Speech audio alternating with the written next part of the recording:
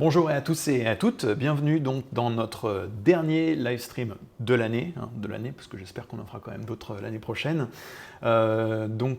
Merci d'être venus si nombreux et nombreuses. J'ai un œil là à côté là sur le stream.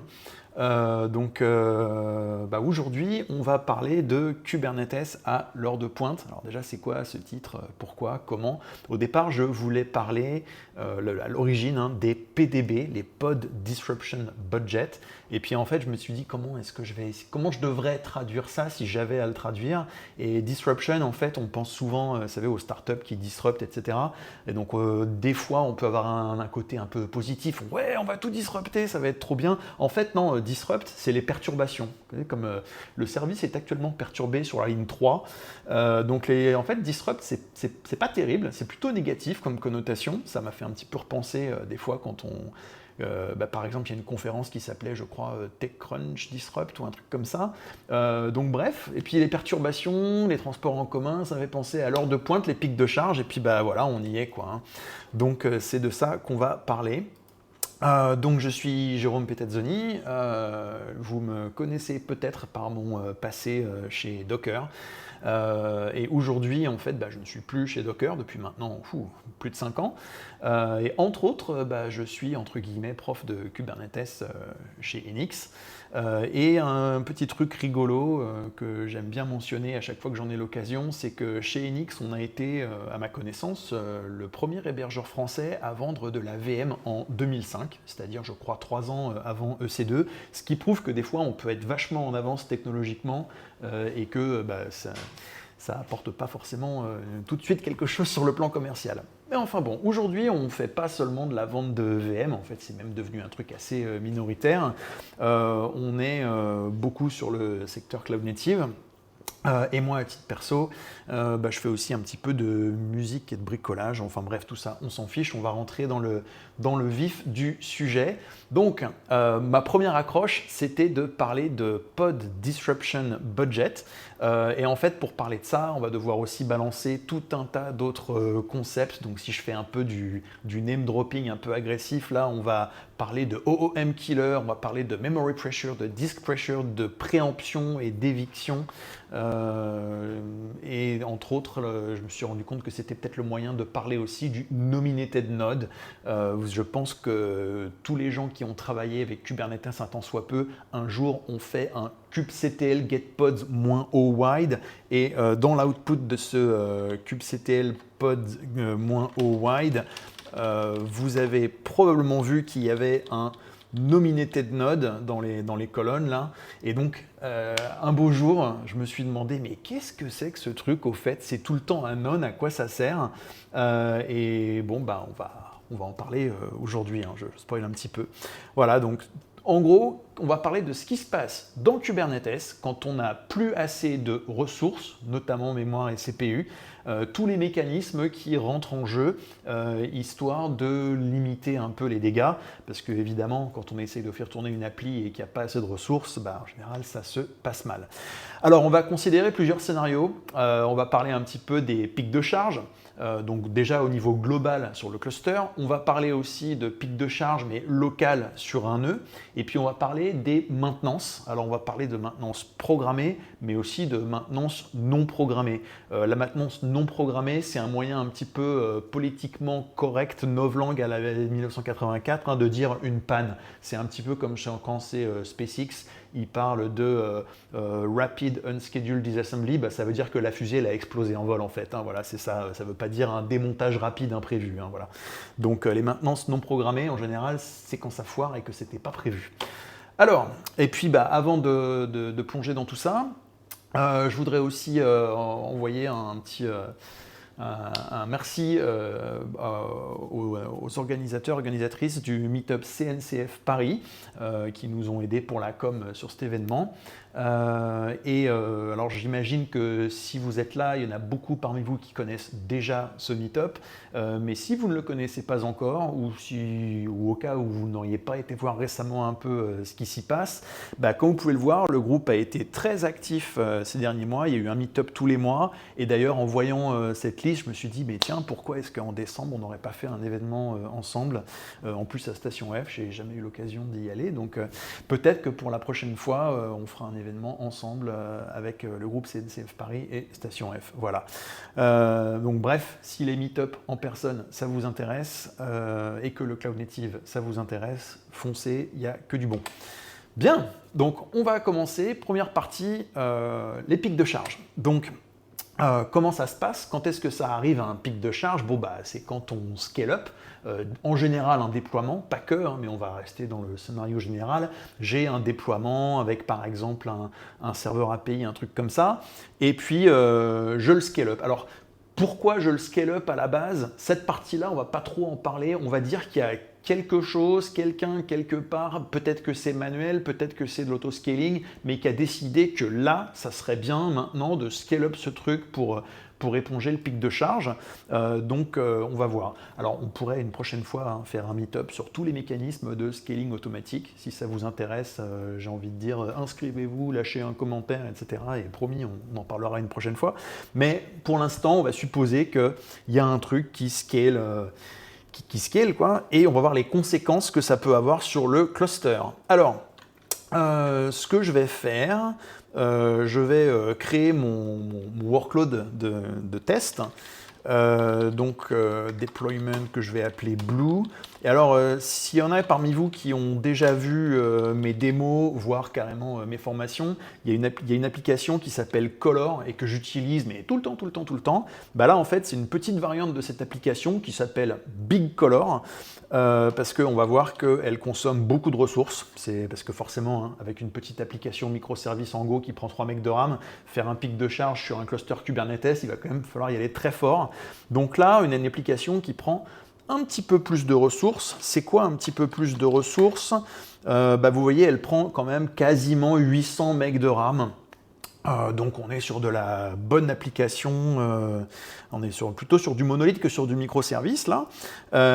Et puis on va scale up un petit peu. Alors ce que je vais faire, je vais envoyer un petit peu de trafic vers cette application.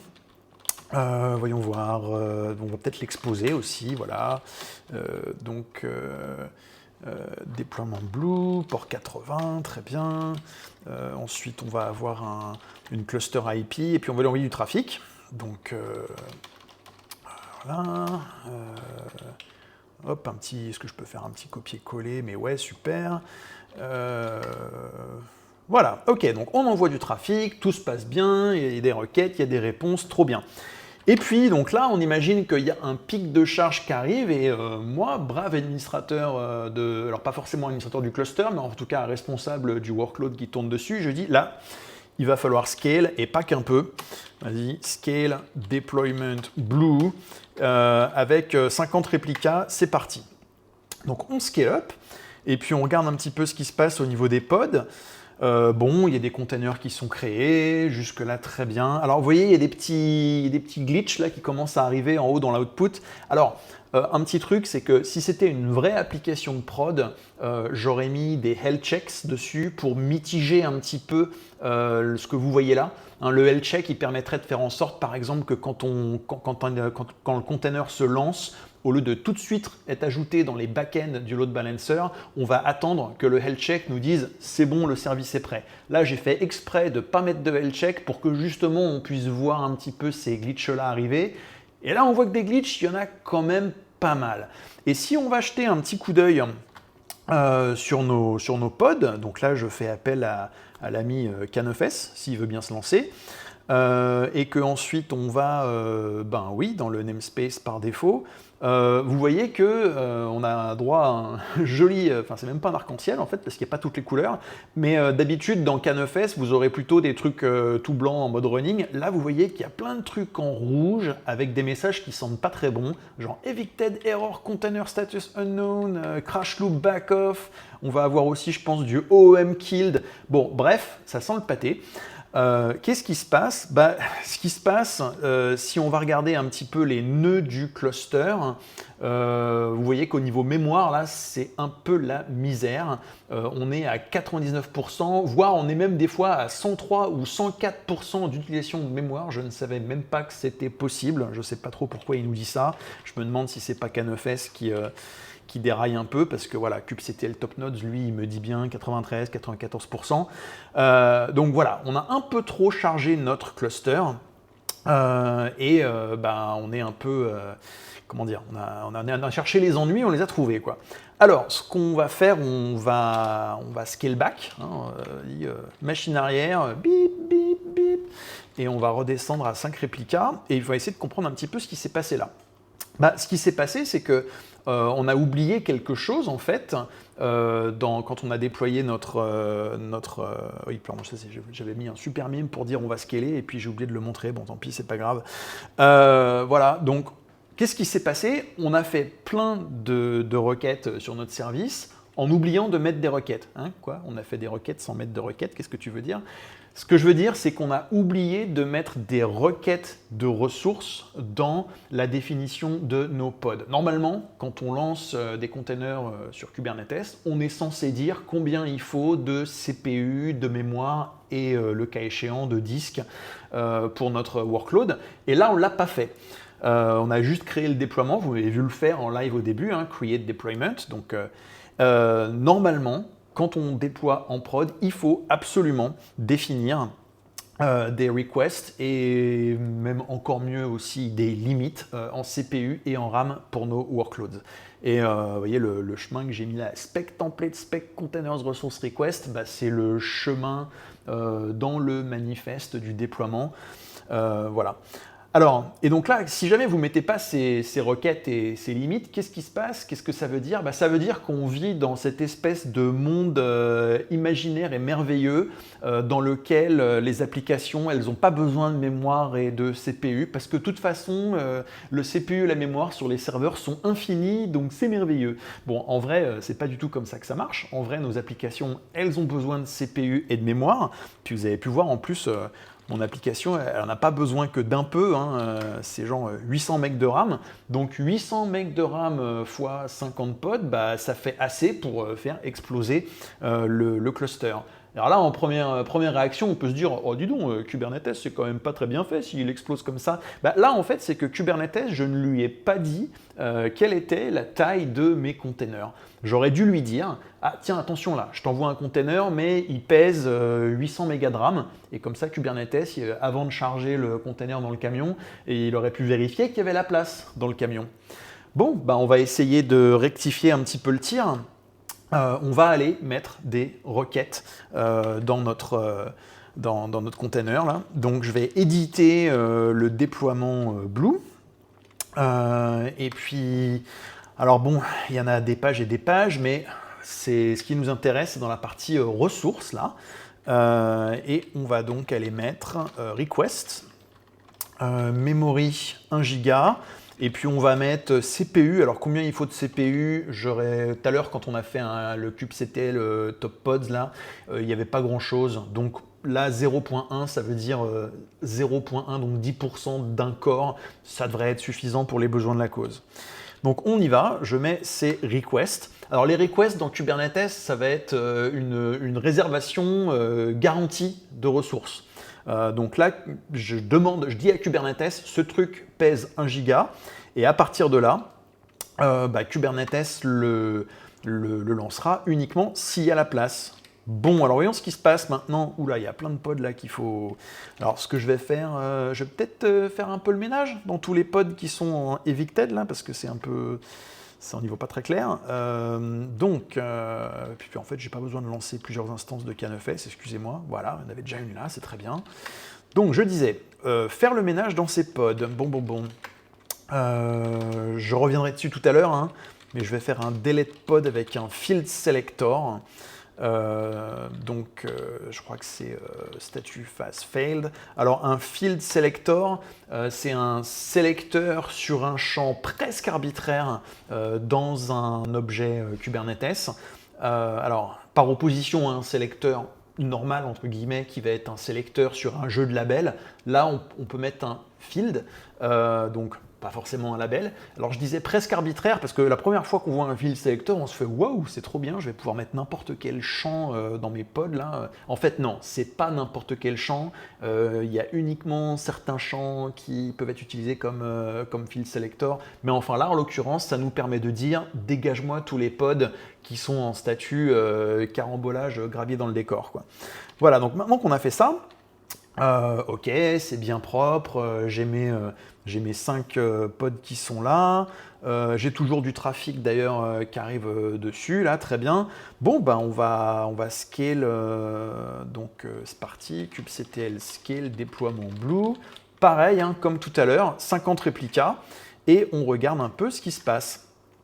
Alors, ce qui se passe, en haut, vous voyez dans les requêtes qui défilent, ça a l'air de plutôt bien se passer, pas d'erreur qui nous tombe dessus.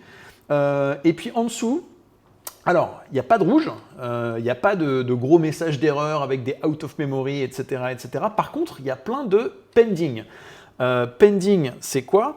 Pending, en gros, c'est Kubernetes qui me dit non, il n'y a pas la place pour charger le container dans le camion là. Comment ça marche? C'est parce qu'avec les requêtes que j'ai faites, comme ces requêtes, c'est des requêtes garanties, il va comparer ça en fait à la place qui a déjà été réservée sur les nœuds et s'il n'y a plus de place sur le nœud, il refuse le pod et le pod reste comme ça en pending.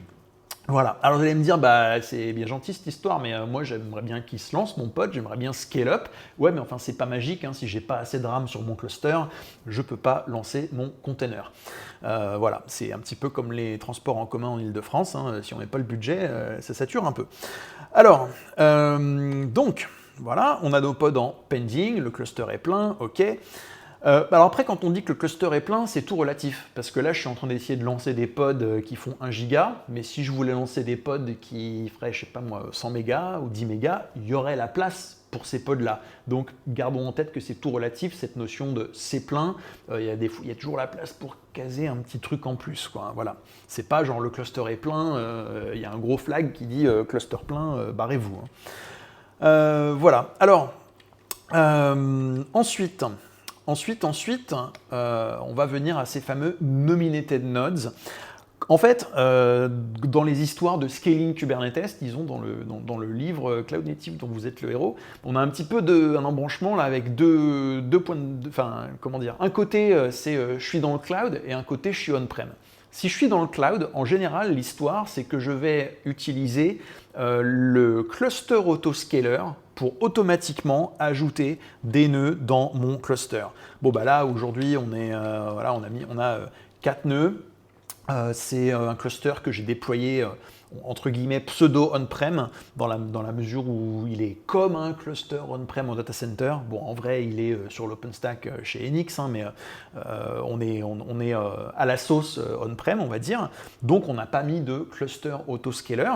Donc, on fait, ok, comment je fais dans ce cas-là? Option 1, je rajoute des nœuds à la main. Bon, sauf que le meetup, c'est pas là pour parler de comment on rajoute des nœuds sur un cluster Kubernetes, c'est plutôt de comment on gère avec les ressources qu'on a. Mais quand on est on-prem, ce qu'on va pouvoir faire souvent, c'est que comme les ressources on-prem, ça coûte quand même beaucoup moins cher que les ressources cloud, on va pouvoir en mettre beaucoup plus, et puis on va pouvoir faire un petit peu de prioritisation intelligente. C'est-à-dire, alors on va redescendre un petit peu notre blue là, hop, scale déploiement blue, on redescend à 5 réplicas, et on va imaginer que sur notre cluster, on a non seulement le blue, mais à côté, j'ai aussi une autre application que je vais appeler de manière extrêmement originale Yellow. Voilà, deploy Yellow, avec toujours mon image JPTazo Bitcolor, avec, je sais pas moi, non pour l'instant un réplica. Et puis, je vais lui mettre, pareil, hein, des requêtes de ressources. Donc, cette ressource pour le déploiement Yellow, request égale CPU 0.1, memory 1 gig. Donc, voilà.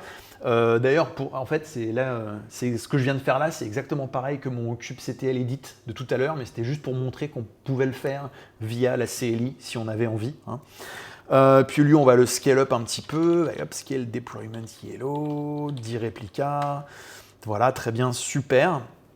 Et puis maintenant, on va monter un peu Blue. Ok. Scale Deployment Blue avec 20 réplicas. Et on va regarder un petit peu ce qui se passe. Bah, ce qui se passe, bon ok, il y a des containers qui se lancent, puis il y a des containers qui ne se lancent pas, qui sont encore en pending, mais la différence là, c'est qu'on va pouvoir jouer sur un système de priorité pour dire que, par exemple, hein, peut-être que Yellow, peut-être que c'est de la pré-prod, ou peut-être que c'est des workers, que je peux scale down un petit peu, ça va juste ralentir un petit peu l'envoi des notifications ou un truc comme ça, vous voyez. Mais en tout cas, Yellow, c'est un truc moins important que Blue. Donc, comment je peux exprimer ça avec Kubernetes? Eh bien, en utilisant des priority classes.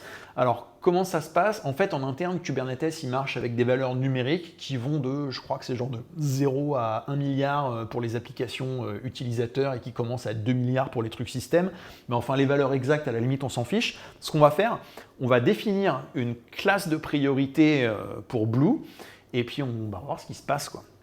Donc la première étape, c'est de créer cette priority class que je vais appeler sécurité, parce que sécurité, je passe en premier, avec une value de 1000. Non, elle existe déjà, parce que quand j'ai fait mes tests tout à l'heure, j'avais fait ça.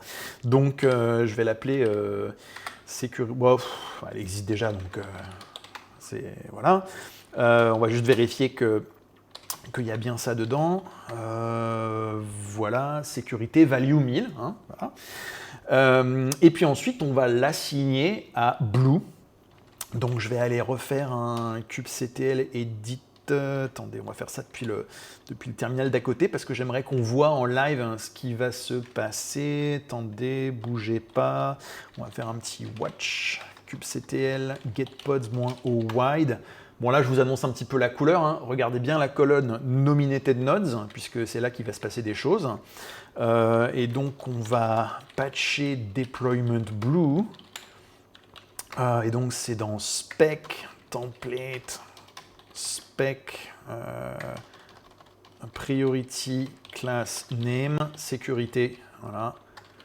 Et vous allez voir que dans Nominated Node, des pods pending, par exemple, vous pouvez regarder le bloc qui est ici, ben vous allez voir des nœuds qui vont s'afficher. Parce que qu'est-ce qui se passe? Comme le nouveau bleu, en fait, il va avoir une classe de priorité plus élevée, le scheduler va se permettre d'aller dégager les pods yellow, qui ont une priorité plus basse, afin de mettre les blue à la place. Et en interne, ce qu'il fait, il a besoin, entre guillemets, de noter, hein, quand il y a un pod en pending, il a besoin de noter, entre guillemets, que ce pod-là, il va aller sur tel nœud. C'est comme ça qu'il se souvient, entre guillemets, que des ressources ont été réservées, et ça passe par ce fameux Nominated Node. Je fais beaucoup de métaphores qui mettent en jeu des restaurants quand j'explique le scheduling Kubernetes, je ne sais pas pourquoi, mais le coup du Nominated Node, c'est un petit peu comme si mes pods arrivaient au restaurant Kubernetes, en fait. Pending, ça veut dire, bah, désolé hein, les gens, mais vous n'avez pas réservé, donc il n'y a pas de place pour vous. Et en fait, le coup du Nominated Node, c'est quand vous avez un pod avec une priorité plus élevée, donc ça veut dire qu'on va pouvoir dégager un pod avec une priorité plus basse, et à ce moment-là, en fait, bah, la personne qui fait l'accueil à l'arrivée va noter, ok, le pod blue XYZ machin chose, lui, il va aller sur la table node 3, donc je note Nominated Node, node 3, et puis ensuite, on libère un peu de place sur la table node 3. Et ben c'est parti, on y va. Et donc là, vous voyez donc des nouveaux pods qui arrivent, qui sont créés, qui commencent à tourner. Alors bon, il faut donner un petit peu de temps, mais voilà, ça y est, au bout de quoi, une quinzaine de secondes, vous voyez qu'on a tous nos pods bleus qui tournent, et par contre, les pods yellow, il y en a un paquet qui se sont fait dégager dans l'histoire. C'est normal, on travaille avec des priorités, hein, c'est le but du jeu. Voilà. Et à l'inverse, si jamais on scale down blue une fois que le pic de charge est passé, je mets ça comme ça histoire qu'on puisse voir les pods yellow là en dessous. Voilà. Donc c'est parti, je scale down blue. On va redescendre à 5 réplicas. Et bien vous voyez qu'au fur et à mesure que les pods blue dégagent, les pods yellow Là, ils sont en pending, mais ils vont, voilà, ça y est. Hop, le scheduler refait une passe. Là, il se rend compte que maintenant, il y a de la place et donc il peut lancer les pods en question. Voilà. Alors, bien entendu, là, vous voyez, comment dire, à la main, en live, j'ai ajouté une priorité. Mais tout le but du jeu, c'est que si vous avez mis les priorités en amont, le jour où vous faites votre scale-up à gauche, ça va automatiquement faire de la place à droite pour que les applications puissent se lancer. Et inversement, une fois que le pic de charge est passé et que vous faites votre scale down, bah, les trucs qui ont été arrêtés à côté se relancent sans problème. Dans les petits détails aussi, les pods qui ont été arrêtés, là on ne s'en rend pas bien compte parce que c'est des petits microservices qui quittent comme ça en 2 secondes, mais les pods qui sont arrêtés, enfin techniquement les containers dans les pods, ils sont arrêtés de manière graceful, gracieuse, ce qui veut dire qu'on leur envoie gentiment un signal par défaut SIG-term pour dire hey, ça serait bien de quitter là, hein. Donc ils ont le temps de terminer ce qu'ils sont en train de faire, on ne parle pas d'un SIG-kill comme ça qui va terminer le truc directement. Voilà, donc ça permet d'avoir quand même un comportement assez lisse, assez propre quand on fait nos scale-up, scale-down. Bien, alors, on va pouvoir passer à l'acte 2. Qu'est-ce qui se passe quand un nœud est saturé? Donc là, on ne parle pas il n'y a plus de place globalement sur le cluster, mais il y a un nœud en particulier où c'est le bazar. Et en fait, ce scénario, on l'a déjà vu. C'était le premier truc que j'ai montré quand j'ai scale-up blue. Hein, et qu'on avait plein de trucs qui étaient en evicted, OM killer, etc. etc. Donc on va revoir ça vite fait en action. Donc je vais créer un déploiement rouge avec toujours mon super image big color et puis que je scale à 10. Create deployment. Ah oui, j'ai mis déploiement au lieu de deployment, du coup ça marche pas quand même. Voilà. Et puis là, qu'est-ce qu'on voit? Dans un premier temps, ça a l'air d'aller. Et puis, tiens, ça y est, ça commence. Vous voyez, tiens, il y a un petit restart là. Ah tiens, il y en a un autre. Bam, evicted. Hop. Et donc, qu'est-ce qui se passe? Eh ben, on a donc de l'éviction. Alors, qu'est-ce qui se passe en fait là sous le capot entre guillemets si on allait analyser un petit peu le comportement du cluster dans la configuration de kubelet, il y a des seuils, threshold en anglais, qui sont définis et donc on a un threshold soft et hard. Et en gros, le hard threshold, c'est le seuil, quand vous l'atteignez, il y a une réaction directe, immédiate de kubelet. Et l'action, c'est quoi? C'est de faire le ménage. En gros, c'est un petit peu le seuil de tolérance au remplissage de kubelet. Et quand on atteint ce seuil-là, le kubelet, il fait non, c'est fini, là, c'est trop le bazar, tu ranges ta chambre tout de suite. Et donc, il va aller évicter, désolé pour le barbarisme, des pods. Alors, évicter, en fait, donc en anglais, c'est eviction. Eviction, ça veut dire exproprier. Donc, il va exproprier des pods. Ouais. Non, mais qu'est-ce que ça veut dire concrètement? Il va dégager les pods. Il y a en fait, bon, si on rentre un peu dans les détails, on a donc 2 seuils, le soft et le hard. Donc le hard, quand on l'atteint, là tout de suite on dégage tout et puis on kill, enfin il n'y a pas de pitié. Par contre, vous pouvez aussi avoir un soft threshold. Et alors là, avec le soft threshold, il y a tout un tas de mécanismes beaucoup plus doux justement qui se mettent en place. La première chose déjà, c'est que quand vous atteignez le soft threshold, au lieu d'avoir une réaction immédiate, en gros on lance un chrono. Et une fois qu'on atteint un certain temps configurable, ça peut être 10 secondes, 10 minutes, 10 heures, si au bout du temps donné, on est toujours au-dessus du soft threshold, là, à ce moment-là, kubelet réagit. Mais ça permet d'avoir des petits pics comme ça au-dessus du seuil sans que ça déclenche tout de suite quelque chose. Et ensuite, dans le soft threshold, quand on l'atteint et que kubelet réagit, au lieu de sortir la mitraillette et puis de dégager les pods à coup de SIG-kill, il va beaucoup plus proprement faire un graceful shutdown des pods en question. Voilà. Comment il choisit les pods à dégager? Eh bien, il va dégager les pods qui dépassent leur request, qui dépassent leur réservation. C'est-à-dire que si vous avez demandé 1 GB de RAM, mais que vous utilisez que 800, pas de problème, vous êtes safe. Par contre, si vous avez demandé 1 gig et que vous utilisez 1 giga 2, pas safe. Et en plus de ça, il va prendre en compte les priority class. C'est-à-dire que tant que, comment dire, si vous avez un truc en priorité 1000 et un truc en priorité 0, la priorité par défaut, et les valeurs les plus élevées correspondent aux priorités les plus importantes, hein. Donc les trucs en priorité 0 vont se faire dégager d'abord tant qu'il y en a, quoi, qui dépassent leur seuil. Et donc en gros, tant qu'il y a des trucs en priorité 0 à dégager, vos trucs en priorité 1000 seront safe. Voilà. Bien. Et puis en plus, le nœud est marqué under pressure. Alors au début, j'avais prévu de jouer le début de Under Pressure de Queen, et puis en fait, on était un peu à la bourre pour préparer les streams, donc du coup, c'est pas prêt. Donc imaginez dans votre tête là le petit riff de basse au début. Donc le nœud est marqué Under Pressure. Qu'est-ce que ça veut dire? Ça veut dire que Kubelet, entre guillemets, informe le cluster pour dire écoute, là, ici, je sature un peu, donc arrête de m'envoyer des pods, s'il te plaît. Et concrètement, comment ça se passe? Alors, quand on regarde les nœuds, ça apparaît pas forcément tout de suite. Vous voyez là, les nœuds, ils apparaissent en ready, donc on peut dire bah tout va bien. Mais si on va regarder d'un petit peu plus près, bon déjà, on va avoir des événements là. Du genre, bon bah déjà, vous voyez des systèmes out of memory, attempting to reclaim memory, etc., etc. Et surtout, si je remonte un petit peu, je vais normalement trouver, voilà, vous voyez, il y a un taint ici, Node Kubernetes IO Memory Pressure No Schedule. Alors ça, si on décode ce message, qu'est-ce que ça veut dire? Les taints, en deux phrases, ça fait partie d'un mécanisme du scheduler Kubernetes. Il y a deux éléments qui sont taint et toleration. Un taint, c'est un truc qu'on met sur un nœud et qui va repousser les pods. Taint en anglais, ça veut dire salissure, c'est une tâche, quoi. Il y a une tâche sur le nœud, du coup le pod il fait bah non, moi j'ai pas envie d'y aller. Sauf si le pod il a la tolération correspondante qui va bien.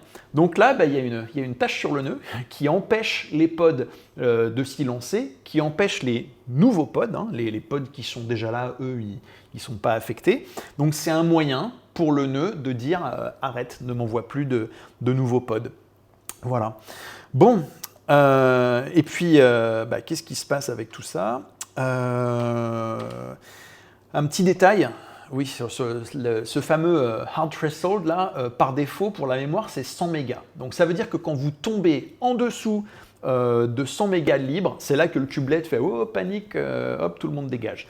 En fait, 100 mégas de libre, c'est très difficile de tomber aussi bas dans Linux, parce que en gros, dans Linux, il y a là je parle du noyau Linux, hein, il y a un mécanisme conceptuellement qui ressemble un petit peu au mécanisme du kubelet, dans le sens où quand la mémoire commence à saturer un petit peu, il y a aussi un truc de memory pressure, et le noyau commence à essayer de faire de la place.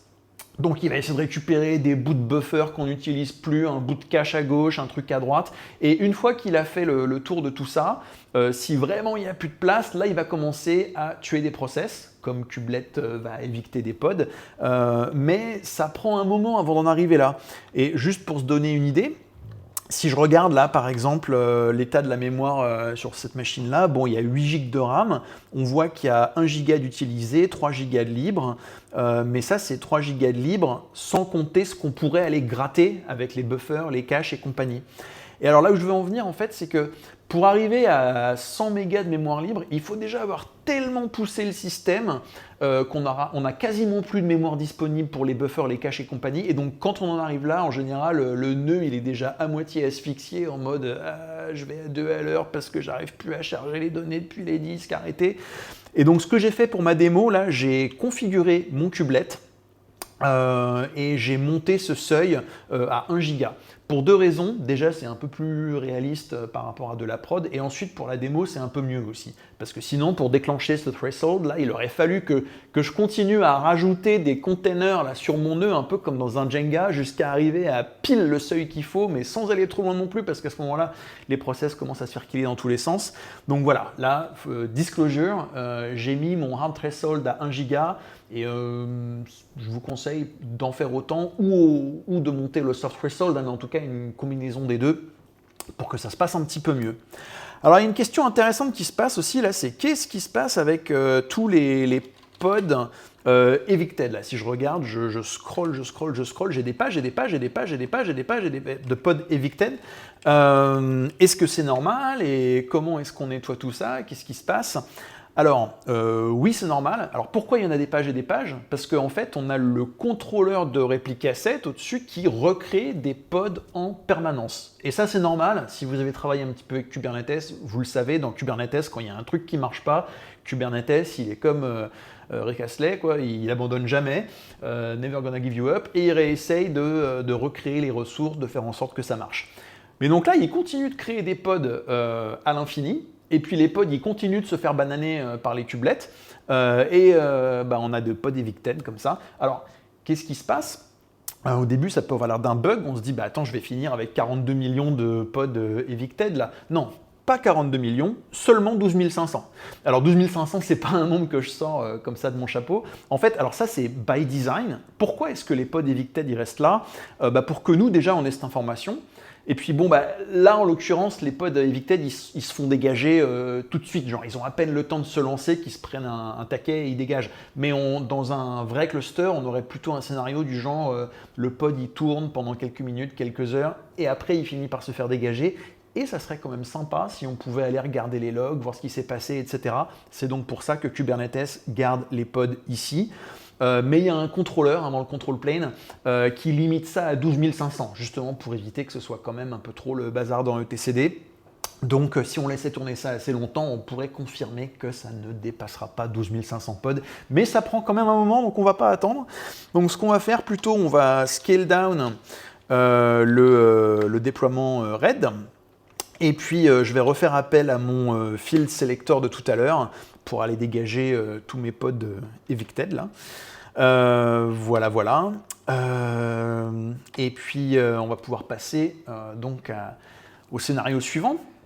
Le scénario suivant, c'est quoi? C'est la maintenance programmée. Alors, c'est quoi la maintenance programmée? C'est par exemple une petite mise à jour du noyau, tiens, on a remarqué qu'il y avait des erreurs matérielles sur ce nœud, ça n'a pas encore provoqué trop de dégâts, mais ça serait bien de décommissionner le nœud. Oui, n'importe quel truc qu'on peut planifier, disons. Donc, la théorie de tout ça, c'est que on va pouvoir drainer le nœud avec une commande spéciale, kubectl drain.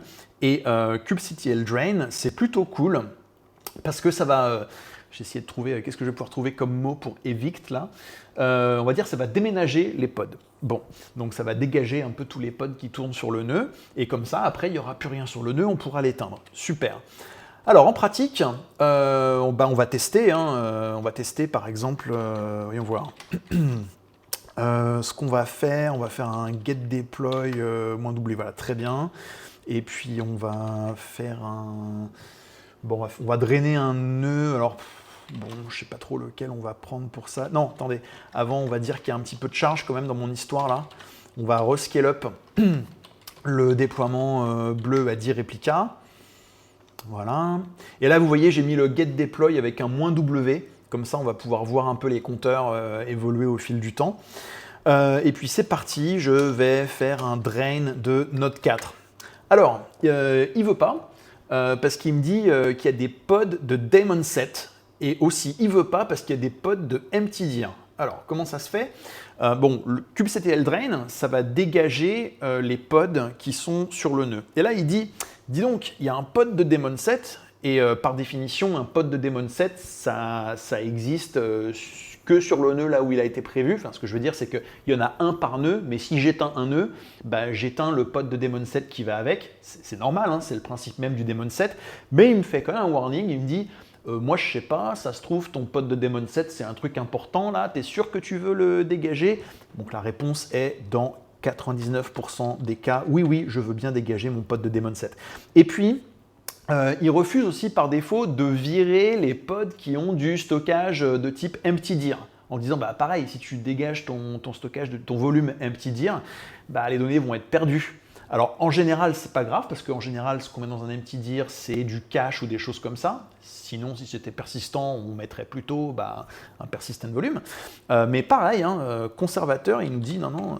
Donc moi, je lui dis c'est bon, tu peux y aller, et on draine. Et là, donc, vous voyez que Blue et Yellow, alors Yellow, on est descendu à 4 sur 10, Blue, on est descendu à 8 sur 10. C'est pas trop mal. En fonction des tests qu'on peut faire, on peut même tomber encore plus bas que ça hein, pour Blue.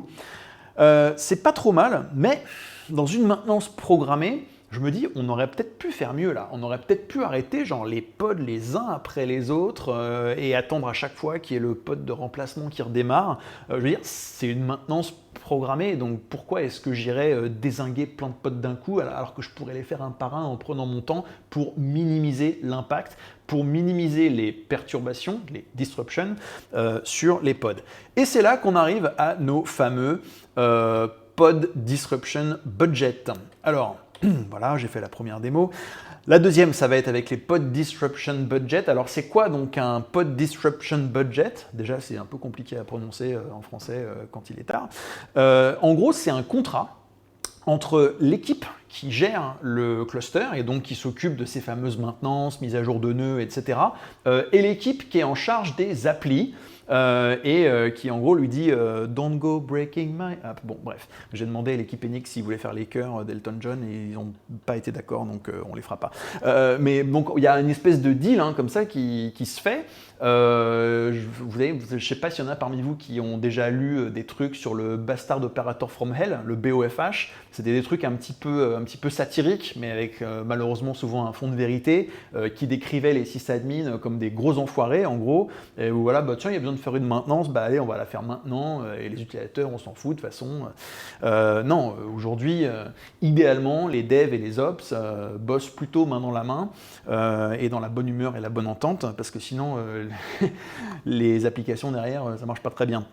Donc, le pod disruption budget, c'est un moyen d'exprimer ça en fait. C'est un moyen pour l'équipe qui fait tourner les applis de dire hey, ce truc-là, j'aimerais que tu le disruptes, que tu le perturbes pas trop.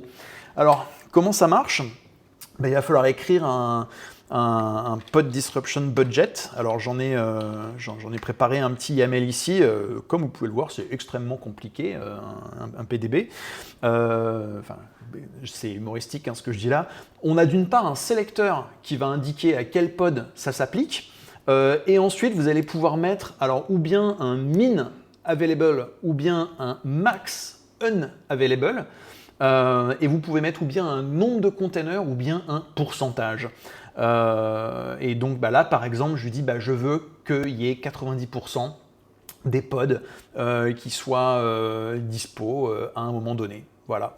Donc on va appliquer ces deux PDB, hein, une pour Blue et puis une pour Yellow. Et puis ensuite, on va se refaire une petite simulation. Alors, bon, ce qu'on va faire, bon, déjà, il va falloir remettre le nœud dans la course de Node 4, là, donc kubectl uncordon Node 4, voilà, très bien. Et puis ensuite, alors vous voyez du coup que quand j'en les uncordonne, j'avais mes pods Yellow là qui étaient en attente derrière, hop, ils peuvent se lancer et mon application Yellow revient. Et pour rappel, hein, pourquoi est-ce que Blue il est à 10 sur 10 et Yellow il était à 5 sur 10 grâce aux priorités qu'on a définies tout à l'heure. On a mis une priorité plus élevée sur Blue, donc c'est lui qui avait la priorité sur Yellow. Bon, alors on va regarder un petit peu comment ça se répartit tout ça maintenant. Genre, en fait, ce que j'aimerais faire, c'est prendre un nœud où il y a beaucoup de pods Blue, bon, n'importe lequel des deux autres en fait, hein, en vrai. Donc, hop, maintenant on va faire un kubectl drain node 2. Alors pareil, faut que je lui dise, ah ouais, ok, je sais qu'il y a des daemon sets, mais vas-y. Et là, on va regarder un petit peu les compteurs en haut. Et vous voyez que pour Blue, ça va pas, normalement, ça va pas descendre en dessous de 9, puisque il y a 10 pods, on lui a mis un min available de 90%, donc 90% de 10, je crois que ça fait 9. Donc normalement, sur Blue, on ne devrait pas descendre en dessous de 9. Alors, maintenant, vous allez peut-être me dire, attends, là, il y a quand même un petit bug dans ton truc, c'est que tu as mis un PDB, une pod disruption budget, pour Blue et pour Yellow. Et dans les deux cas, tu as mis 90%. Et en effet, Blue, le deal a bien été respecté, il a pas bougé, enfin, je veux dire, il n'est pas descendu en dessous de 90%. Par contre, pour Yellow, c'est pas ça du tout. Hein. Là, Yellow, on est redescendu à 4 sur 10. Donc, qu'est-ce qui se passe? Pourquoi le budget n'a pas été respecté? Pourquoi le contrat n'a pas été respecté? Parce que Yellow a une priorité plus basse que Bleu. Et donc, dans ce cas-là, en gros, les pods de Yellow se font préempter par les pods de Blue. Alors ça, c'est un truc qui est assez important à garder en tête. C'est que des fois, quand on découvre les PDB, on peut se dire « Ah, c'est trop bien, ça va être une espèce de bouclier magique pour protéger mes pods contre les disruptions. » Non, ça protège uniquement contre les disruptions, les perturbations volontaires, les voluntary disruptions. J'utilise ces mots-là exprès, même si ça fait un peu bizarre, parce que c'est comme ça que ça s'appelle techniquement dans Kubernetes. Il y a les voluntary disruptions et involuntary disruptions. Et donc, par exemple, ça ne jouera pas sur les rolling updates. Vous savez, quand on fait un rolling update de déploiement, ça scale down un réplique asset, ça en scale up un autre. Donc, il y a des pods qui sont éteints, des pods qui sont démarrés. Les PDB ne jouent pas du tout là-dedans parce que c'est considéré, enfin, c'est même pas considéré comme une disruption en fait. Pareil, les node pressure eviction. Donc, quand vous avez trop de trucs qui se passent sur un node et que Kubelet il fait non, ça suffit, c'est trop le bazar ici, tout le monde dégage. Ça, c'est considéré comme une involuntary disruption, donc c'est pas couvert par les PDB et c'est pas non plus, ça ne couvre pas non plus les défaillances de nœuds qu'on verra justement dans quelques minutes. Et là, le coup de mon Yellow qui s'est retrouvé en dessous, entre guillemets, du contrat des PDB, eh bien, c'est justement parce que Yellow, il a été... Enfin, on a l'impression, nous, qu'il a été scale down. Hein. Quand on regarde les compteurs, là, on voit Yellow qui descend, Yellow 6, 5, 4, etc. En fait, c'est pas qu'il est scale down, c'est que les pods de Yellow se font préempter. Ouais, je crois que préempter, c'est peut-être un verbe français. Oui, ils se font couper la priorité par les pods de Blue. Et ça, c'est considéré aussi comme une involuntary disruption. Donc, c'est pas complètement magique. Il faut garder en tête que à partir du moment où on définit des priorités entre nos applications, on accepte que c'est là précisément pour que l'application plus prioritaire, elle puisse continuer à tourner au détriment de l'application moins prioritaire. Oui, c'est du Kubernetes à 2 vitesses, mais bon, c'est comme ça, quoi. Bon, et puis ensuite, on a la maintenance non programmée. Alors, une maintenance non programmée, comme je disais au début du stream, hein, en vrai, c'est une panne. Hein, c'est quand il y a un nœud qui crache ou un bout de fibre ou de câble qui est arraché. Bref, un truc qui foire. Maintenance non programmée, ça, c'est une involuntary disruption. Et donc, ce que ça veut dire, c'est que les PDB ne nous aideront pas du tout, malheureusement. Alors, techniquement, qu'est-ce qui se passe quand on a une involuntary disruption? Je ne sais pas si je vais faire tourner la démo parce que je regarde le temps qui... Oh, si, je vais peut-être la lancer à la toute fin parce que il y aura des timeouts là qui vont entrer en jeu. Allez, on va le faire. Alors, ce que je vais faire, je vais aller sur Node 4. Voilà, en SSH. C'est parti. Ensuite, la route par défaut, elle passe par l'interface ENP3S0. Donc, on va faire un petit sudo iplink set machin down. Voilà. Bon, là, je viens de débrancher Node 4 du réseau. C'est pas comme les démos de notre très cher Nicolas Deloff qui attaquait les Raspberry à la disqueuse. Mais quand même, c'est l'équivalent Cloudesk. Hein. J'ai débranché Node 4 du réseau. Alors, qu'est-ce qui va se passer? Si je regarde mes nœuds là, dans un premier temps, tout va bien. Node 4, il est toujours indiqué comme étant ready. Mais dans quelques instants, ça ne sera plus le cas. Dans quelques instants, en fait, il va apparaître comme étant not ready. Comment ça se passe? Le kubelet, en fait, à intervalles réguliers, je ne me rappelle plus si c'est toutes les 10, 15, 20, 30 secondes, mais enfin, à intervalles réguliers, en gros, il rappelle au control plane « Coucou, je suis là, je suis vivant, tout va bien ». Là, il est déconnecté du réseau, donc il ne peut plus parler au control plane. Donc, au bout de 30 secondes, il y a un contrôleur qui se rend compte qu'on n'a plus de nouvelles de Node 4 et qui le marque comme étant not ready. Alors techniquement, ça passe par une lise dans le namespace KubeNode list. Donc s'il y en a parmi vous qui se sont demandé, mais des fois, mais qu'est-ce que c'est donc que ce namespace KubeNode list que j'ai sur tous mes clusters alors qu'il y a rien dedans, quoi, hein. Si je fais un get KubeNode list all, genre il n'y a rien. Non, il n'y a pas rien, il y a des lists justement, et entre autres les listes des nœuds, justement. Voilà. Alors, qu'est-ce qui se passe ensuite? Alors, déjà, il n'y a plus de pods qui vont être schedulés sur Node 4, puisque Node 4 est plus dispo. Au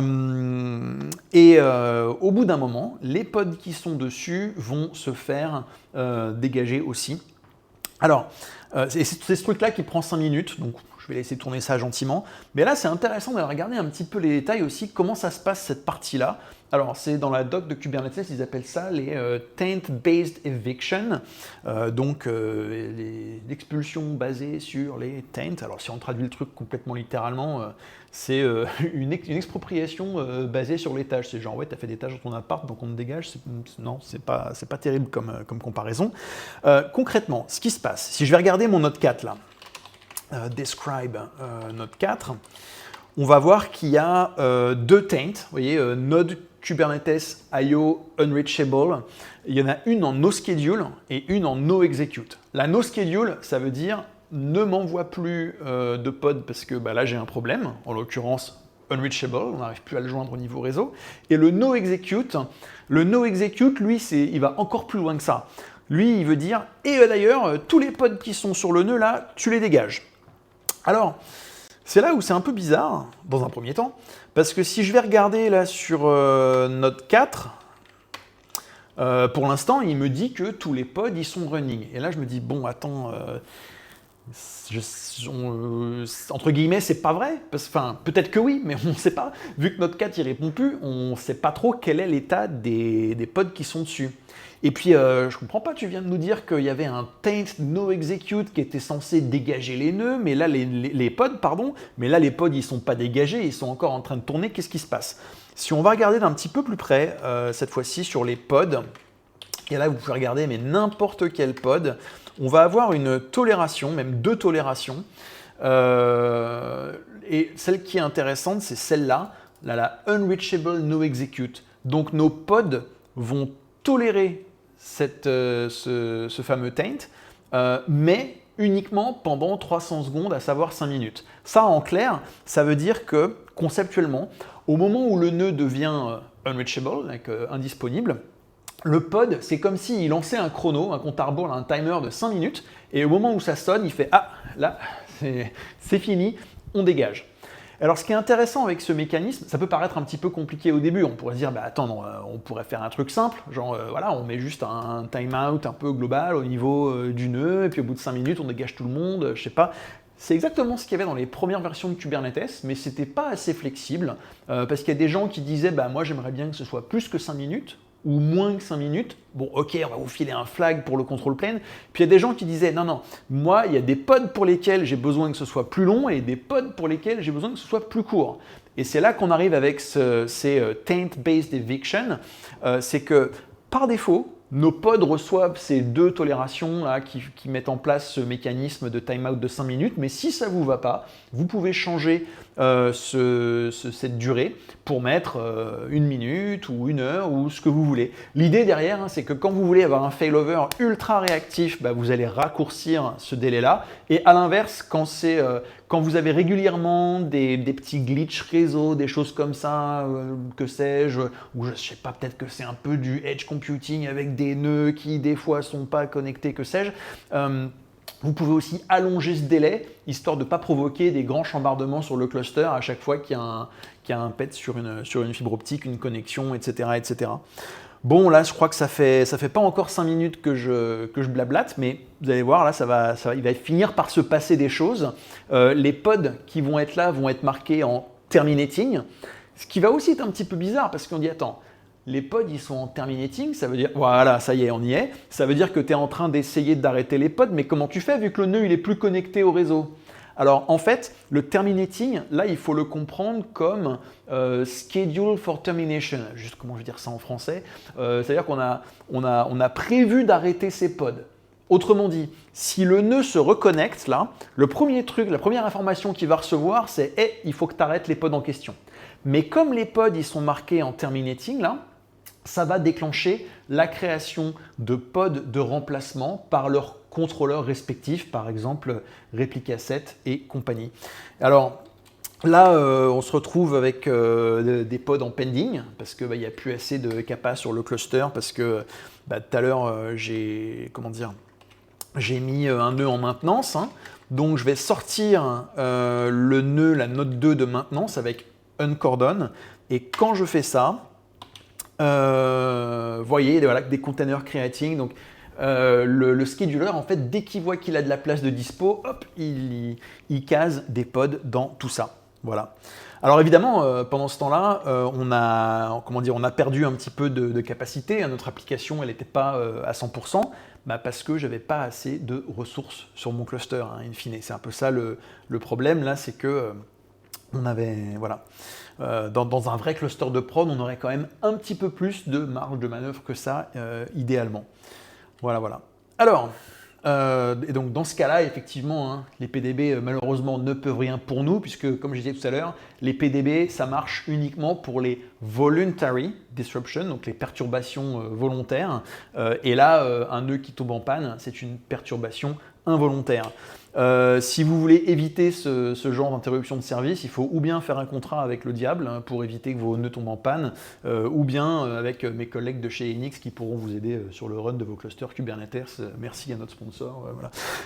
Ensuite, alors, une autre chose aussi qu'on peut faire, hein, un peu plus sérieusement, c'est jouer avec les pods anti-affinity. Parce que là, si vous avez bien suivi tout ça, et que vous avez un peu, ou bien entre guillemets, le mindset SRE, hein, de toujours anticiper les problèmes, qu'est-ce qui pourrait aller de travers et tout, ou bien si vous avez malheureusement déjà fait l'expérience de ça, vous pouvez vous dire, c'est très bien tout ce que nous a montré là, mais si j'ai vraiment pas de bol, et que après mes fenêtres de maintenance et tout mon bazar, là j'avais tous mes pods qui étaient sur le même nœud, et que le nœud il tombe, je suis quand même dans la panade.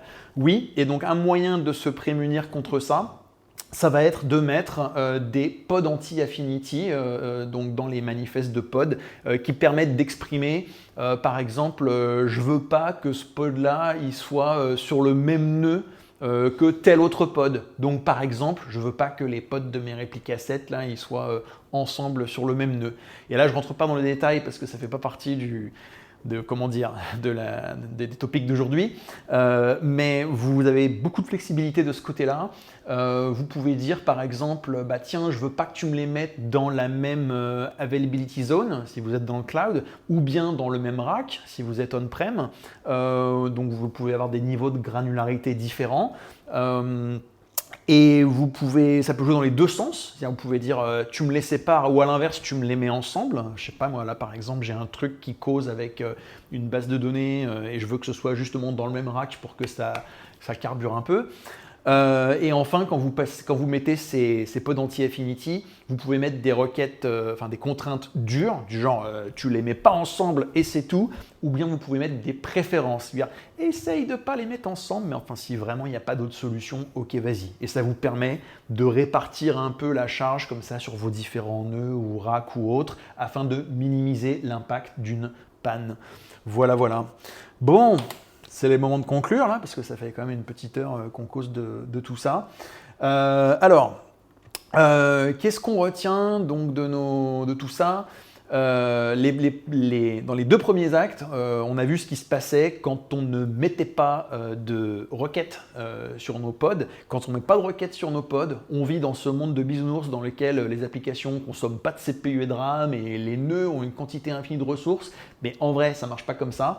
Et donc, si on ne met pas de requêtes, le scheduler Kubernetes ne peut pas bien faire son taf et on se retrouve avec des nœuds qui sont saturés. Donc pour éviter que les nœuds soient saturés, on met des requêtes afin de réserver des ressources.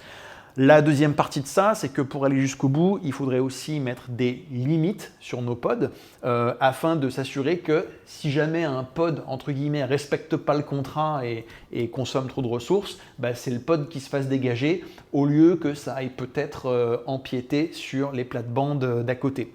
Voilà. Donc bien positionner requêtes et limites. D'ailleurs, de ce côté-là, on pourrait dégainer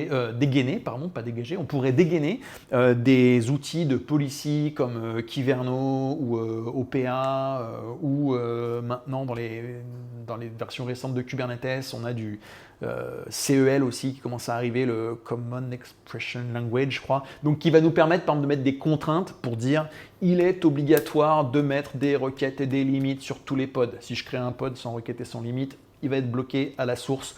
Ou alors de déclarer des limit range qui permettent de définir des valeurs par défaut pour tout ça. Bon, ensuite, ce qu'on a vu dans l'acte 2 et l'acte 3, c'est que déjà il faut bien dimensionner ces clusters. Hein. Je vais enfoncer une porte ouverte là, mais si jamais mon workload il a besoin de 100 cœurs et 100 gigs de RAM, mais que j'en ai 80 dispo sur mon cluster, je peux faire tout ce que je veux, ça ne rentrera pas. On le prend si tu veux, moi je te dis ça rentre pas, hein, comme disait l'autre. Donc il faut quand même dimensionner les clusters pour avoir au minimum la quantité de ressources permettant de faire tourner les workloads essentiels, plus un petit peu de marge de sécurité au cas où il y ait une maintenance planifiée ou non planifiée. Ensuite, pour justement encaisser les maintenances programmées ou non, on va pouvoir utiliser les pod disruption budget et les priority class. Et puis enfin, ce qu'on a vu dans le dernier acte, donc en cas d'outage, en cas de panne de nœud, c'est là pareil. Hein. Première chose évidente, c'est qu'il faut avoir un nombre minimum de réplicas dans nos déploiements et autres. C'est idiot ce que je vais dire, hein, mais c'est que si on a un déploiement avec un réplica, si jamais le nœud ou le pod en question tombe, le déploiement il tombe. Donc voilà. Et puis, on peut aller encore plus loin donc avec les pods anti-affinity pour garantir que les pods soient pas tous sur le même nœud ou dans le même rack ou des choses comme ça. Voilà. J'espère que ça vous a plu. Et puis, je vais essayer d'aller dépiler un petit peu les questions qui ont été posées en même temps. Alors je suis désolé, en général j'essaye de les prendre un petit peu en live, mais là j'ai mis ça un peu trop petit sur mon écran à côté, donc j'arrivais pas vraiment à bien voir ce qui se passait, mais bon, on va voir comment je fais pour mettre le chat en full sur cet écran là. Voilà, pop out. Et avant de répondre aux questions et avant d'oublier, déjà je vais remercier mes collègues de chez Enix qui m'ont aidé à la préparation et à la technique derrière. Si jamais ce stream vous a plu, on en fait régulièrement, vous pouvez vous abonner à la chaîne YouTube sur enix.io/YouTube. Si jamais si le style de présentation vous plaît, vous pouvez aussi venir à nos formations. Donc là, c'est sur enix.io/high5. On fait des formations Kubernetes régulièrement. La prochaine, c'est en janvier-février. Et puis, merci aussi à l'équipe du Meetup Cloud Native Paris, qui fait aussi régulièrement des présentations qui sont au moins aussi passionnantes que celle-ci. Et puis la communauté Kubernetes en général, parce que tout ce que je vous ai montré aujourd'hui, c'est aussi le fruit de plein de discussions, d'expérimentations, de lectures de documentation, d'échanges, etc. Voilà. Bien. Alors, est-ce que je vais arriver à choper les questions dans le stream à côté? Il y aura un replay en effet. On autoscale, tac, ouais. Alors, pour info, le control plane qui tournait là pour la démo, c'était un cluster déployé avec KubeADM, 4 VM Ubuntu, KubeADM init sur la première, KubeADM join sur les 3 suivantes. Donc on est vraiment sur du truc, entre guillemets, ultra bateau. C'est un scénario classique, il n'y a rien de spécial sur ces clusters. Niveau réseau, c'était Weave. Qu'est-ce qu'il y a d'intéressant à dire? Metric Server installé avec les paramètres par défaut.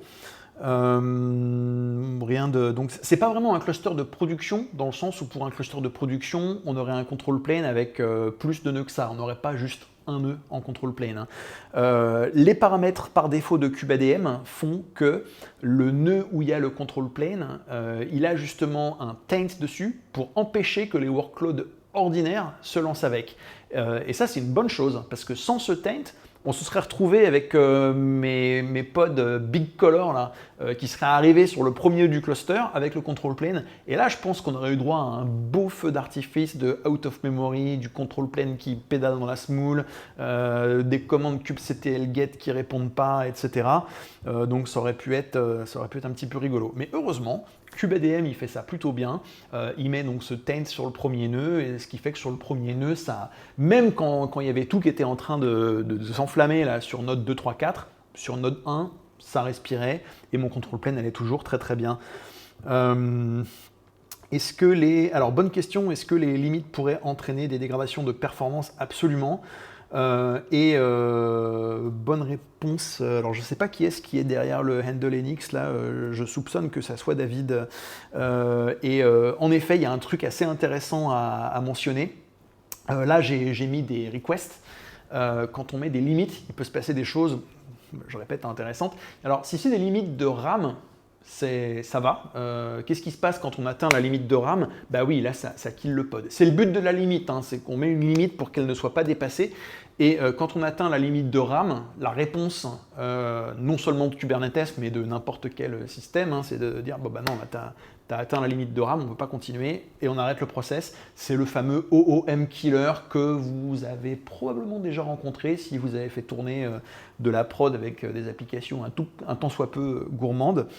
Et quand on met une limite sur le CPU, qu'est-ce qui se passe? Alors, deux choses. La première chose, c'est que quand on atteint la limite de CPU, là, en gros, c'est un peu comme un limitateur de vitesse. C'est-à-dire qu'on a beau appuyer sur l'accélérateur, ça ira pas plus vite. Donc, ça ne kill pas le process, donc ça, c'est bien. Mais on est bloqué à cette vitesse-là. Et je vais rester un peu dans la métaphore automobile, ou en tout cas au moins routière, là. C'est qu'il y a un piège. Je ne sais pas si on peut dire classique, mais en tout cas, il y a beaucoup de gens qui sont tombés dedans, moi compris. Si vous mettez des limites un petit peu trop basses au niveau CPU, vous allez empêcher le container en question de faire des pointes, entre guillemets, et vous allez voir éventuellement la performance globale s'effondrer. Alors, au première approche, ça peut l'air bizarre. Hein. C'est imaginez, vous regardez, imaginez en sortant du stream, vous vous dites là, ouais, trop bien, je vais mettre des requests, des limites partout, ça va être nickel. Vous regardez dans votre Prometheus ou autre la consommation CPU du workload et vous voyez genre 1% de CPU. Vous dites, bon, je vais mettre 0.1, ça correspond à 10%, c'est généreux, normalement ça passe. Et après avoir fait ça, vous voyez que le temps de réponse sur l'application en question explose. Donc en premier abord, on se dit, attends, il y a un bug là, tu as besoin de 1%, je te donne 10%, et ça suffit pas, il y a un problème de perf, qu'est-ce qui se passe? En fait, c'est parce qu'une application, elle prend jamais 1% de CPU de manière continue comme ça. Si vous regardez de loin dans notre Prometheus ou autre, oui, on voit 1%. Quand on zoome, en général, on va aussi voir 1%, mais si on pouvait zoomer à une très très haute résolution, genre à la seconde près, on verrait des petits pics comme ça. Hein. C'est l'application, elle consomme un petit peu de CPU, puis après elle s'endort, puis elle consomme du CPU, etc. Et donc, c'est les pics qui vont se retrouver limités. Donc, pour simplifier, une application qui consommerait 1 seconde de CPU par minute, donc ça fait 1 sur 60, ça fait 1,6%, un truc comme ça. Si on la limite à 10%, elle ne peut plus consommer 1 seconde de CPU à toute balle comme ça d'affilée. Comme elle est limitée à 10% de CPU, pour consommer 1 seconde, ça va lui prendre 10 secondes. Et c'est un petit peu comme si je reprends ma métaphore avec ma voiture là. Si jamais je regarde, j'ai fait un trajet de 100 km en 1 heure, je me dis bon je limite la vitesse à 100 km/h, ça va marcher. Sauf que peut-être qu'en fait je faisais du 130 et j'ai fait une pause au milieu. Donc si maintenant je me limite à 100 km/h, sur la vitesse, sur l'ensemble du trajet, ça va aller plus lentement. Voilà, donc ça c'est un truc auquel il faut faire attention. Et donc, alors, comment remédier à ça? Je dirais le conseil de première ligne, le plus simple, c'est de dire, allez, pas de limite de CPU, et dans pas mal de cas, ça peut faire le job. L'inconvénient de ne pas mettre de limite de CPU, c'est quoi? C'est que ça peut être trompeur. C'est que des fois, vous regardez votre cluster, tout se passe bien, mais c'est juste parce qu'il n'y a pas trop de charge, et donc vos containers, ils peuvent burst, ils peuvent faire des pics à fond, mais une fois que vous commencez à charger le cluster, là d'un seul coup, il y a tout qui commence à ramer. Vous faites, je comprends pas là. J'ai mis des requests, comment ça se fait que... Bah non, c'est que si vous faites une request pour 1 et que vous consommez 5 en permanence, en gros, les 4 de différence entre les deux, c'est du bonus. C'est du bonus que l'application consomme parce que c'est disponible. Mais à partir du moment où ce bonus n'est plus disponible, les performances vont diminuer. Et donc la réponse, ça serait de mettre la request à 5. C'est si j'ai vraiment besoin de 5, je request 5. Peut-être même un petit peu plus pour avoir un petit peu de marge. Voilà. Ensuite, tac. Et puis,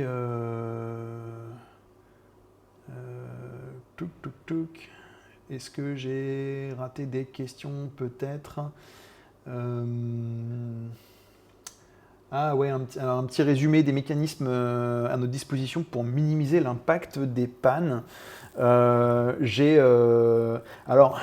on va voir si j'arrive à vous sortir le truc en live comme ça, parce qu'il va falloir que je me rappelle de l'URL, mais on va tenter. 12. Et en fait, j'ai justement du bout de contenu là sur les disruptions. Voilà. Alors, je ne sais pas comment je vais faire pour partager le lien, vu que ça, c'est sur une machine, le chat, je l'ai sur une autre machine, donc c'est pas dingue. Mais peut-être que je peux aussi aller sur le chat de ce côté-là. Et là, on va provoquer une inception. Voilà. Et... Ah, sign in to chat. Bah non, je peux pas sign in, ça m'arrange pas du tout ça. Bon, écoutez, on va faire un truc, mais de ouf. QR code générateur, voilà. Et donc, si vous voulez, vous pouvez scanner le QR code qui va s'afficher à l'écran, voilà. Et ça va vous envoyer sur un support de formation qui est nouveau sur justement les fameuses disruptions, les perturbations. Et donc, entre autres, ça va lister un petit peu tous les problèmes, genre node outage et mitigations, comment on fait pour s'en prémunir. Ensuite, memory ou disk pressure, mitigation, comment on fait pour s'en prémunir, etc., etc. Donc désolé, c'est pas tout à fait un sketch note ou un truc comme ça, mais peut-être que ça peut vous aider en dépit du fait que ce soit en anglais et tout, hein, mais voilà. Qu'est-ce qu'il y a d'autre à raconter? Est-ce qu'on peut killer un pod qui atteint la limite de CPU? Ah oui, alors double question déjà. Quid du VPA, le Vertical Pod Autoscaler? Alors, pour faire en très bref, le VPA et le HPA, ils ont tendance à se marcher un petit peu dessus. Et on peut faire une explication un tout petit peu simplifiée, mais qui, j'espère, va rester compréhensible. Ma métaphore pour parler de ça, c'est d'imaginer que mes pods, c'est un peu comme des gros bidons pleins d'eau, là, et l'eau, c'est l'utilisation de CPU. Et en gros, le principe du horizontal pod autoscaler, ou HPA, c'est que quand les bidons d'eau commencent à être trop pleins, on rajoute des bidons d'eau. On scale up, on rajoute des pods, donc on rajoute des bidons, et puis ensuite on redispatche l'eau dans les nouveaux bidons. Et le principe du vertical pod autoscaler, c'est que quand les bidons d'eau sont trop pleins, on met des bidons plus grands. Et donc, les deux ont un seuil de déclenchement, et là, vous voyez un petit peu ce qui se passe, c'est que les deux, ils vont se battre un peu. Enfin, de deux choses l'une. Ou bien ils ont le même seuil de déclenchement, et ils vont se battre, se déclencher en même temps, et ça va pas bien se passer. Ou alors ils ont des seuils différents, et en gros, il y a l'un des deux qui va se déclencher en premier, et le deuxième qui se déclenchera jamais. Donc la doc de Kubernetes vous dit, si je me rappelle bien, vous ne pouvez pas faire tourner en même temps le HPA et le VPA sur les mêmes workloads. Alors après, il y a des trucs un peu expérimentaux et tout. À titre perso, une approche que j'aime beaucoup, c'est le Robusta KRR, Kubernetes Resource Recommander. C'est un truc qui, si je dis pas de bêtises, qui se branche sur votre Prometheus et qui vous fait des recommandations, des suggestions de ressources. Donc ça permet d'avoir une approche un peu semi-auto. mais qui n'est pas non plus complètement à l'aveugle, genre vas-y, scale up, scale down, c'est bon. Et est-ce qu'on peut kill un pod qui atteint la limite de CPU? Pas directement, c'est-à-dire qu'il n'y a pas de mécanisme pour le faire comme ça, parce que, alors, en fait, c'est rare qu'on veuille tuer un pod qui atteint la limite de CPU, parce que on peut très bien être à 100% de CPU sur tous les CPU, c'est pas trop un problème, parce que tant qu'on a bien mis les requests sur les autres containers, les requests c'est des réservations, donc en gros, hein, tous les containers qui ont fait des requests de CPU reçoivent leur temps CPU en priorité, et ce qui reste, on le dispatch entre les autres. Donc même si dans les autres, là, il y en a un qui a spawné 50 threads et qui est en train d'essayer de sucer tout le CPU de la machine, d'aspirer tout comme ça à mort, c'est pas grave, parce que en fait, le scheduler de Linux va commencer d'abord par donner du temps CPU aux containers qui ont request du temps CPU, et après il dispatchera le reste.